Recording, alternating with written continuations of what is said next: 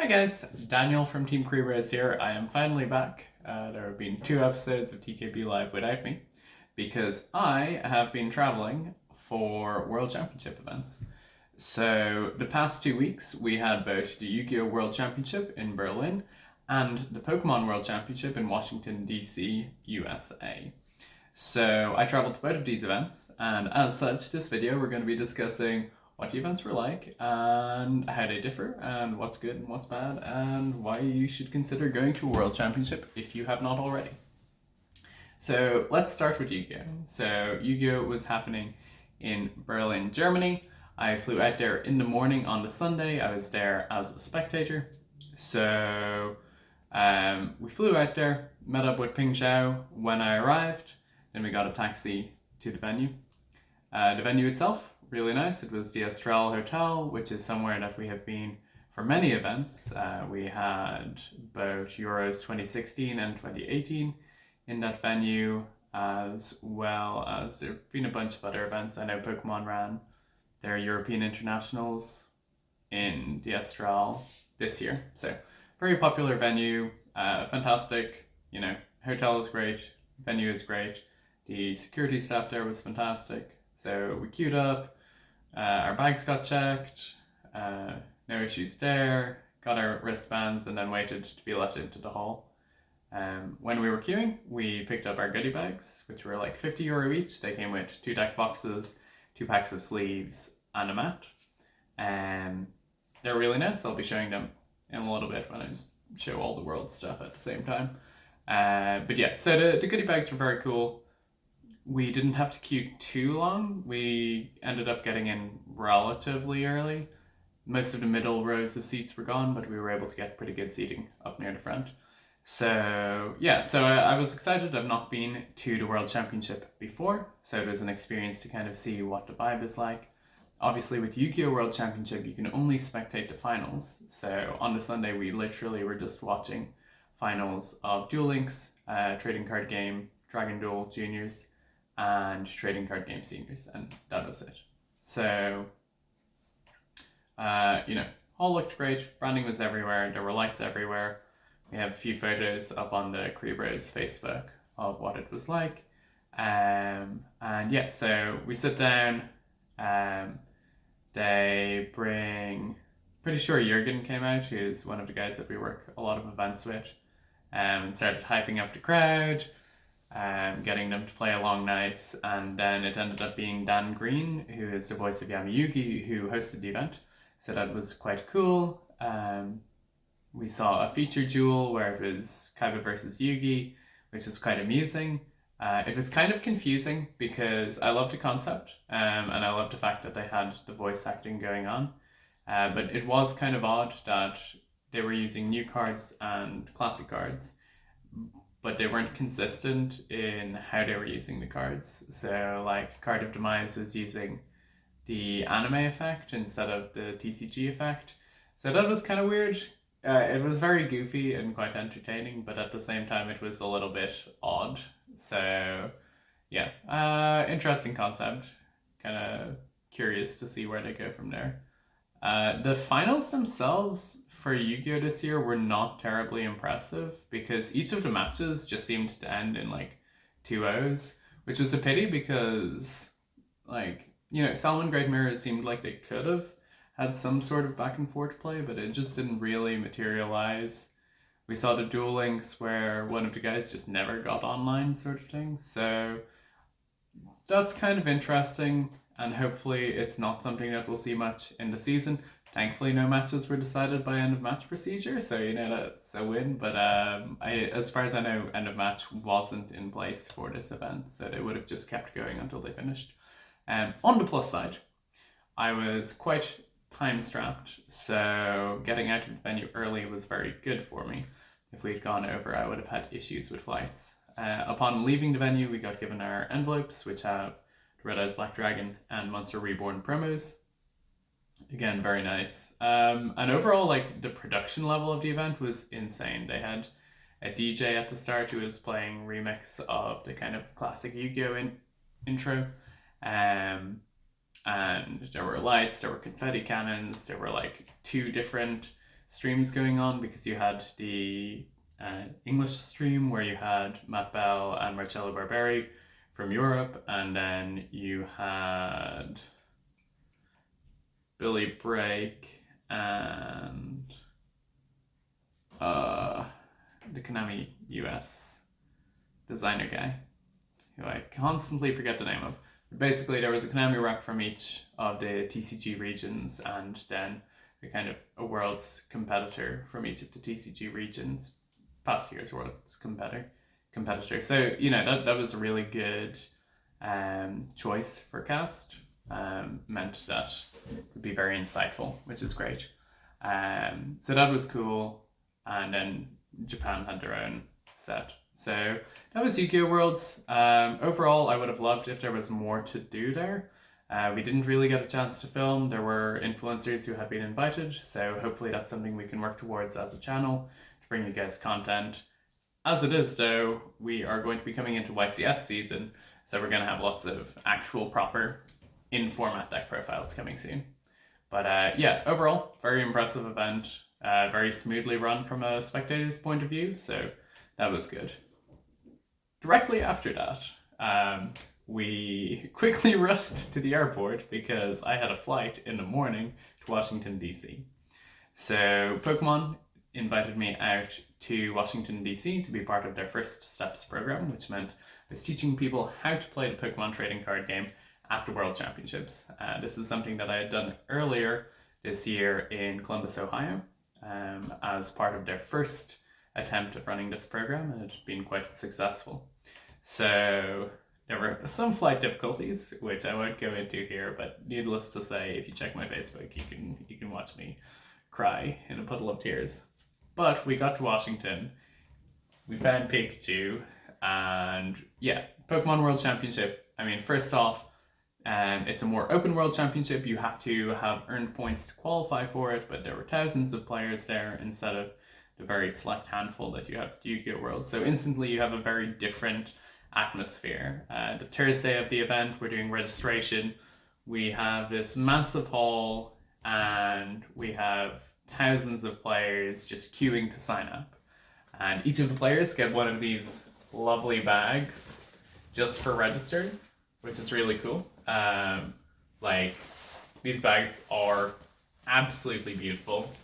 They have little patches and everything on them. Like, fantastic production value for this. And then, like, when we get into the hall, it's full of branding. It has giant Pikachus everywhere. There's a Pokemon Center store, which is not only selling the normal Pokemon Center merchandise, but there's also special worlds things. You're able to get plushies like Pikachu and the other Pokemon, so like Piplup and so on and so forth. You know, the amount of work and preparation that goes into this event, it's not just a world championship for players, but it's kind of a full celebration of Pokemon as a brand as a whole, which is a very interesting distinction to how other trading card games run their world championships. Like Magic's World Championships is just entirely about the competitive side of the thing. We saw at Yu-Gi-Oh! This year that clearly there's a bit more of a kind of spectacle to it, where they had the voice acting duel. But yeah, with Pokemon, it's just this massive community event. So again, I didn't get too much interaction with the tournaments themselves directly because I was dealing with First Steps, where again, we were getting to see a lot of the people who had just come to Worlds because it was nearby or because they like Pokemon Go. And that was really cool because that's the sort of thing you should be seeing at these events. Like, it's beneficial for a brand as much as it is, you know, as much as competitive gameplay is important for a card game in order for people to find kind of meaning in it, because players want to have a goal to work towards, even if they're never going to seriously work towards it. But having the event open and having the event available really builds stronger connections with that game. So yeah, we worked really hard at the Pokemon event. Like, it was very long hours. And there were a lot of people going through and a lot of stuff going on.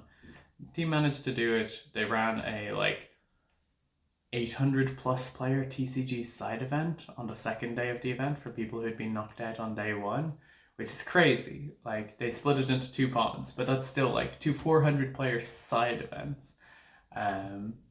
So yeah, I mean, it was really impressive. It was very interesting to see, because I have a lot of background working Yu-Gi-Oh events. It's interesting to see specifically how Pokemon is different in how they organize events, because there are very different kind of decisions in how events are run. Particularly because you have the different games, and then you also have a larger distinction in age groups and more players represented at the younger ages. So that causes a lot of differences. Also, the stage at the Pokemon World Championship was amazing. They had this full kind of like marble classic sort of looking stage with like Pokemon fossils and stuff, like full 3D replicas of Pokemon fossils. Very, very cool. They had, I mean, in terms of production and like cameras and stuff, both of the worlds were pretty similar. They had the same type of cameras. But yeah, I mean, Pokemon had teasers for both Pokemon Sword and Shield as well as the new trading card game expansions. So there was a lot of hype building as well as just celebrating the stuff. So it felt very content rich. And I assume for people there as spectators, there was a lot to do, because there was not only our stand, they had a little stamp book passport that you could go around the place and get stamps. They had Pokemon Go, Pokemon Masters, Pokemon Sword and Shield demos. So there was a lot of stuff going on there, and that busy feel really added to the kind of celebration of the event. But anyway, without further ado, let's look at the swag we got. So first off, this is George the Pikachu. They're not all called George, but this one is. So yeah, that's adorable. Plus it's really high quality. We have the bag. Bag is gorgeous. It has really nice artwork. The theme of this year was kind of an explorer-y sort of theme, based on the fact that Washington has all of the kind of national museums and such for Pokemon, or for the United States. We have a bag with a little clip on it, a little drawstring to close it, correct size for any standard playmat. And then we have the player playmat. There also is a staff playmat with Eevee on it, but I'm after getting rid of that. Yeah, so anybody that played the event got this mat. Pretty nice. It's good quality. Doesn't smell too bad, which is good for mats. Part of our job on the Thursday was building the goodie bags. There is a Pikachu water bottle. Again, the branding on these is fantastic. There's loads of little details with like little artworks and Pokemon fossils and hats and stuff. Yeah, very nice bottle. We have the deck box. This is a double deck box. We will open it here and see what it's like. I've not actually seen one of these opened yet, so it'll be interesting. The Pokemon double deck boxes are often very popular, and like, again, just for attending the event that you've qualified for, you get all this stuff. And it's quite easy to qualify in Europe, and incidentally, World Championship is actually in Europe this year. There are dividers for each of the Pokemon. And then the boxes have the remaining Pokemon. So that's a really nice little thing. It's sturdy plastic. It's kind of what you would expect. I assume it's produced by Ultra Pro, maybe. Don't know. But yeah, it's a nice one. Probably will actually use that one. That is Yu-Gi-Oh! We have 2 packs of World Championship sleeves. Again, they have the kind of group artwork, which is one of the main artworks for the events. And they say Pokemon stuff on the back. Nice sleeves. Again, Pokemon allows double sleeving, which means we can actually get away with playing those. Pikachu hat. Very nice. Has the World's logo. Says DC on it. Not totally gone on the color, but I understand that they're going for that kind of explorer team. So that's why they're going to go for it. Then this is the staff hat. There was also a staff mat. All the staff stuff has Eevee on it. This is a really nice one. Not much of a hat person, and I already have a bunch of Pokemon hats, but it's a nice hat, so I'll take it. And then we have pins. We have the staff Eevee pin and the player Pikachu pin. These pins are really nice. Pokemon seem to do these for all the large events. They're proper metal pins, so that's cool. Then we have staff shirt for the event, Eevee on the front, and all the countries on the back. There's thankfully Ireland on it, which makes me happy. And I think that's not everything, because we also have a screen cloth cleaner, which also has a type chart on the back. Very nice. We have a little bag, which probably will take dice into it. And we have a luggage tag, which is cute. Very sturdy. It's like, not that I use luggage tags because I don't bring luggage. And then we also have the lanyard, which again just has all of the artwork and stuff on it. The bag itself is like pretty good. It has 2 separate pockets inside, and it has a pocket here on the front, which is zippable and clippable. These are magnetic, and then it has the 2 side pockets. And again, you can drawstring it closed, close it like that, bam. That's a nice backpack. Like, this is a backpack I'm going to travel with most likely. A little bit small, but otherwise no complaints about it. Seems good for card game events. Yeah, so I mean, that's the Pokemon swag. There was more stuff at the World Championships shop. There was a few other staff things. Some of it I've gotten rid of and traded and stuff. So, don't have it all to show to you, but there's a lot of stuff for qualifying for Pokemon Worlds, considering so many people can do it. On the other hand, let's take a look at the Yu-Gi-Oh! Goodie bag. We have the Dragon mat. So this only got shown like relatively close to the event. The globe on it is centered on Japan, which is interesting, as the World Championship was in Germany. So that's a detail that I would have loved to have seen. But yeah, really nice mat. Very clear. Same usual Yu-Gi-Oh! Printing. Same company. Same quality you can expect. So if you like Yu-Gi-Oh! Mats, it's a good mat. If you don't like Yu-Gi-Oh! Mats, yeah. Then we have deck boxes. These are quite nice. Again, pretty like sturdy material. The colors on them are quite nice. I haven't taken the little outer wrapper off them. But so these were the color teams for the Yu-Gi-Oh! Event. So player in red, one player would always be in red and one player would be in blue. So you have your player ID thing at the back. It says World Championship 2019. Then on the front. Yeah, that's a nice box. Now I realize that there's other stuff that I didn't look at. Deck divider, something that I never use because they're too much hassle, but it looks nice. Sleeves, which look nice, and then the blue one is the same. Where we have deck divider and sleeves. The sleeves weren't in the boxes, but been doing a lot of traveling, things had to go places. And then finally we get down to the promo cards. So let's see what we have. We have an envelope from Yu-Gi-Oh! World Championship 2019. You can win these at the World Championship celebration events if you're in Europe. America, they have already happened as far as I know. And then also we have a congratulations, welcome to the Pokemon World Championship. And then we also have some staff promos. So let's first look at this and open it up and see what the promos are like this year. So we have opened last year's one of these up on the channel before. When we traveled to the Konami offices in December, they gave us a pack. So these are our promos. We have Monster Reborn and we have Red Eyes Black Dragon. Both of them are really nice. They're kind of the prismatic sort of secret rare. They don't have the 20th anniversary stamp on them, which is a pity because that's what last year's did have.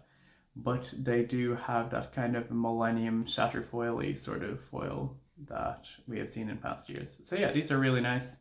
They look good, very collectible. Definitely going to find somewhere nice to put them. And then we have the Welcome to the Pokémon World Championships one. So this is really cool because all of the players got one of these packs, and what it has in it is it has a code so we can get the card online. Then we have Champions Festival, and the cool thing with this is, so first off, it has a lovely little gold stamp on it, and the artwork is adorable, but the artwork also has the artwork of all of the previous Champion Festivals because they've given this card out at previous World Championships as well. So we have Champion Festival, we have, I believe this is Spanish,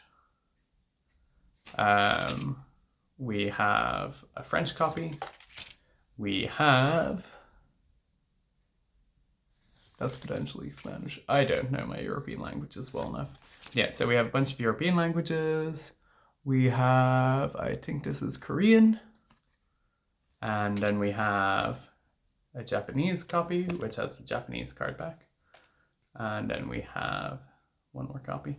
But yeah, so we have, what, like 8 copies of the card in different languages, which is really cool. And there were a lot of people who were kind of, I saw a few people who had suitcases where they were like, we'll trade English copies for Japanese or things like that. So that's cool. It gives people a reason to talk to each other and be like, hey, look, I'm from here. Do you have cards of that type? And then finally, we have the staff promos, where we got 3 of these each. And they just say staff on them in nice foil. Now, what tilts me about this is we got 3 of them and a playset is 4. So I understand that I do have an English non-staff copy, but I do like getting my staff cards in playsets if I'm getting multiples. But I mean, that's not really an important point. Point is, both of the events had really nice goodies for them. The production value of both was quite impressive. I'm interested to see if Yu-Gi-Oh! Perhaps would consider moving back towards the more celebration style things, because we definitely have seen them move towards the esports style event, which I'm not as big of a fan of. Like, I like the idea of being able to go to Worlds and celebrate the game, as opposed to just celebrating the players, because the fact of the matter is a lot of players just don't care about the competitive players. Like, I was at the World Championship for Yu-Gi-Oh! And none of the European players that I cared about, none of the people that I knew from events, had made it through to the finals. So there's no emotional connection there, really. So I'd love to see something to kind of like really incentivize people more to engage with the World Championship. World Championship celebration events are fantastic, and they definitely do a good job at that. But spectating itself, it just didn't have as much of a meaning to it. So yeah, that's kind of general ideas. If you get a chance to go to a World Championships, by all means do. Presumably next year, Yu-Gi-Oh! Should probably be in the US, I think, because they go Japan, Europe, US, and just cycle like that every 3 years. And then we know that the Pokemon World Championships is going to be in London in 2020 because the new region is based on England. So definitely going to be aiming to be there. So hope this was somewhat informative for you guys. If you have any questions about the stuff that we got or any questions about any of the events, let me know. We will be coming back to you soon with some proper content. There's a bunch of YCSs coming up. There's a bunch of European Opens coming up. So we should hopefully be kind of getting back into the swing of things and focusing back in on competitive Yu-Gi-Oh! And maybe even taking a look at a little bit of Pokemon from time to time. Well, thank you very much for joining us. I've been Daniel, you've been you, and we will catch you soon with more Kuribrohs content.